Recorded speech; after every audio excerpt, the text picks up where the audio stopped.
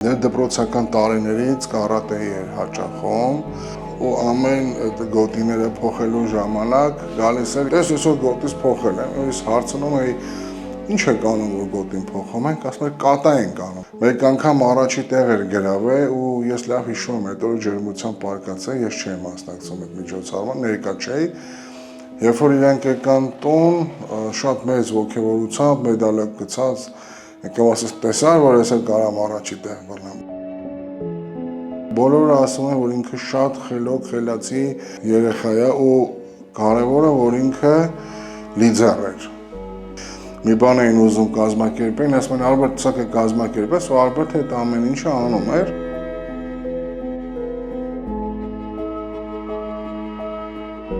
Ինքը մի քանի տարի անընդմեջ